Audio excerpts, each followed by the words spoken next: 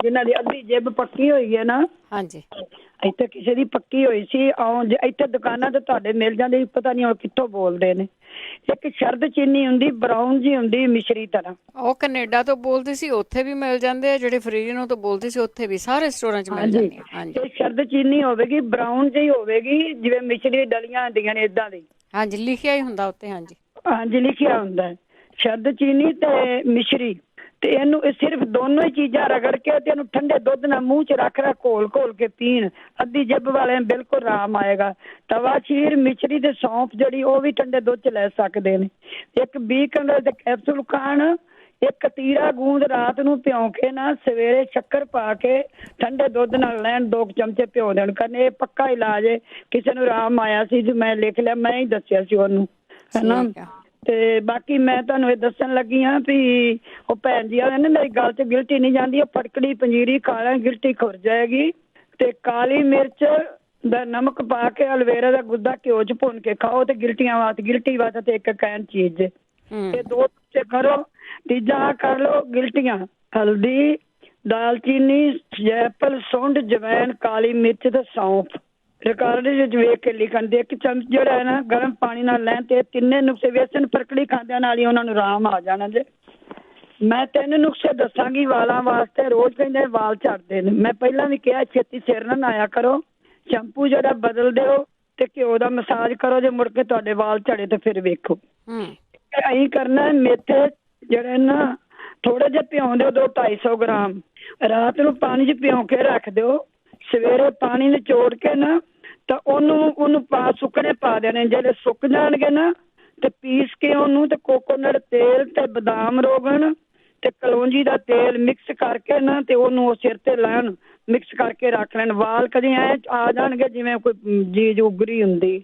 ਇਹਦੇ ਨਾਲ ਕੋਕੋਨਟ ਤੇਲ, ਬਦਾਮ ਰੋਗਣ, ਕਲੌਂਜੀ ਦਾ ਤੇਲ ਤੇ ਔਲੇ ਦਾ ਤੇਲ ਉਹ ਵੀ ਲਾ ਲੈਣ ਤੇ ਘਿਓ ਦੀ ਮਸਾਜ ਕਰਨੇ। ਤਿੰਨੇ ਨੁਕਸੇ ਵਰਤ ਲੈਣ। ਵਾਲ ਉਹਨਾਂ ਦੇ ਬਹੁਤ ਆਉਣਗੇ।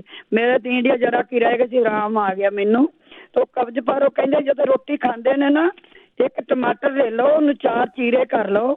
ਉਹਦੇ ਕਾਲਾ ਨਮਕ ਪਾ ਕੇ ਰੋਟੀ ਦੇ ਨਾਲ ਗਨਾਈਆਂ ਦੇ ਨਾਲ ਹੀ ਪਾਈ ਜਾਣਾ, ਬੁਰਕੀ ਦੇ ਨਾਲ ਹੀ।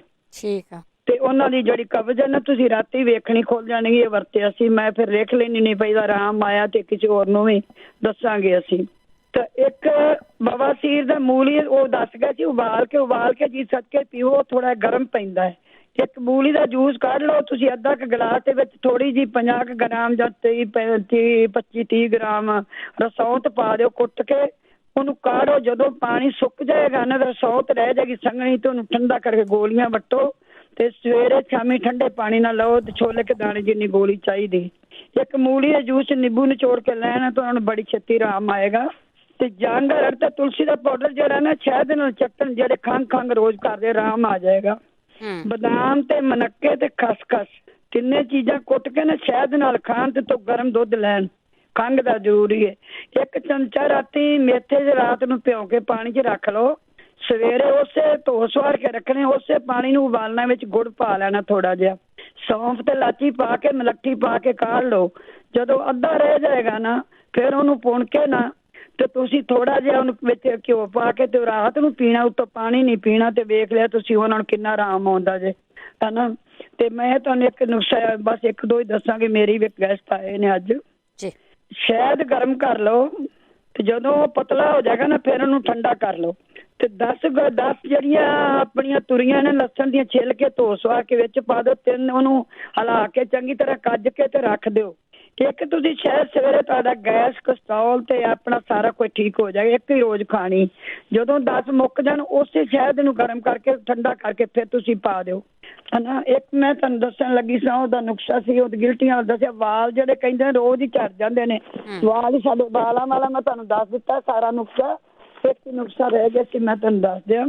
ਬਵਾਸੀਰ ਜਿਹੜੀ ਹੈ ਨਾ, ਇੱਕ ਜਿਹੜੇ ਮੈਂ ਤੁਹਾਨੂੰ ਪਹਿਲਾਂ ਦੱਸਣ ਲੱਗੀ ਸਾਂ, ਇੱਕ ਨੁਕਸਾ ਇੱਥੇ ਪਿਆ ਸੀ ਹੁਣੇ। ਜਿਹੜਾ ਔਲਾ ਮੁਰੱਬਾ ਹੈ ਨਾ, ਇਹਨੂੰ ਠੰਡੇ ਪਾਣੀ ਨਾਲ ਖਾਣ ਜਿਹਨਾਂ ਦੇ ਮੂੰਹ 'ਚ ਜਿਹੜਿਆਂ ਦੀ ਜਿੱਬ ਪੱਕੀ ਹੋਈ ਹੈ। ਜੀ ਪੱਕੀ ਹੈ ਜਿਹਨਾਂ ਦੀ ਜਿੱਬ ਪੱਕੀ ਨਾ, ਠੰਡਾ ਪਾਣੀ ਲੈਣ ਤੇ ਲੀਚੀ ਦਾ ਜੂਸ ਪੀ ਲੈਣ। ਇਹ ਤਾਂ ਸੌਖਾ ਹੈ ਨਾ। ਬਸ ਫਿਰ ਮੈਂ ਹੁਣ ਥੋੜੇ 2-4 ਹੀ ਦੱਸੇ ਨੇ ਅੱਜ ਨੁਕਸੇ। ਤੇ ਫਿਰ ਅੱਗੋਂ ਕਰਾਂਗੇ ਅਗਲੇ ਮੰਗਲਵਾਰ ਨੂੰ ਸਲਾਹ ਵੀ ਕੀ ਕਰਨਾ ਆਪਾਂ। ਠੀਕ ਹੈ। ਇੱਕ ਤੁਸੀਂ ਨਾ ਆਹ ਵੀ ਕਰ ਲਓ, ਆਪਣਾ ਅਦਰਕ ਨੂੰ ਕ੍ਰਸ਼ ਕਰਕੇ ਨਾ ਨਿਚੋੜ ਕੇ ਪਾਣੀ ਕੱਢ ਲਓ ਥੋੜਾ ਜਿਹਾ, 2 ਚਮਚਾ ਜਿੰਨਾ ਕਿ ਉਸ ਵੇਲੇ ਆਪਾਂ ਯੂਜ਼ ਕਰਨਾ ਹੈ। ਉਹਦੇ ਵਿੱਚ ਥੋੜੀ ਜਿਹੀ ਕਾਲੀ ਮਿਰਚ ਪਾ ਕੇ ਨਾ ਸ਼ਹਿਦ ਪਾ ਕੇ ਚੱਟੋ ਰਾਤ ਨੂੰ, 3 ਦਿਨਾਂ ਤੱਕ ਖੰਘ ਸੁੱਕੀ ਗਿੱਲੀ ਜਿਹੜੀ ਹਟ ਜਾਂਦੀ ਹੈ। ਤੇ ਬਾਕੀ ਮੈਂ ਤੁਹਾਨੂੰ ਉਹ ਦੱਸ ਦਿੱਤੀ, ਇੱਕ ਤੁਹਾਡੇ ਕਲੌਂਜੀ, ਮੇਥੇ ਤੇ ਅਸ਼ਵਗੰਧਾ, ਇਹ ਮੈਂ ਲੈਂਦੀ ਰਹੀ ਹਾਂ, ਮੇਰੇ ਬੜੇ ਗੋਡੇ ਗਿੱਟੇ ਪੀੜ ਕਰਦੇ ਸੀ। ਮੇਥੇ, ਕਲੌਂਜੀ ਤੇ ਅਸ਼ਵਗੰਧਾ ਕੁੱਟ ਕੇ ਨਾ ਅੱਧਾ ਚਮਚਾ ਕੋਸੇ ਦੁੱਧ ਨਾਲ ਮੈਂ ਰਾਤ ਨੂੰ ਲੈਂਦੀ ਰਹੀ ਹਾਂ, ਤੇ ਉਹਦੇ ਨਾਲ ਦਰਦਾਂ, ਪੀੜਾਂ, ਹੱਡੀਆਂ ਤੇ ਮੈਨੂੰ ਇੰਨਾ ਆਰਾਮ ਆਇਆ। ਤੇ ਫੇਸ ਤੇ ਵੀ ਐਂ ਲੱਗੇ ਜਿਵੇਂ ਪਤਾ ਨਹੀਂ ਕੀ ਖਾ ਲਿਆ। ਮੈਂ ਮਹੀਨਾ ਖਾਂਦੀ ਰਹੀ ਹਾਂ ਤੇ ਬਿਲਕੁਲ ਮੈਂ ਠੀਕ ਹੋ ਗਈ। ਉੱਥੇ ਇੰਡੀਆ ਹੀ ਕਰਦੀ ਰਹੀ ਹਾਂ। ਓਕੇ ਬੇਟੇ, ਸਤਿ ਸ਼੍ਰੀ ਥੈਂਕ ਯੂ ਅਕਾਲ। ਜੀ, ਸਤਿ ਸ਼੍ਰੀ ਅਕਾਲ ਜੀ, ਸਤਿ ਸ਼੍ਰੀ ਅਕਾਲ, ਬਹੁਤ ਬਹੁਤ ਧੰਨਵਾਦ ਹੈ ਜੀ ਜਸਵਿੰਦਰ।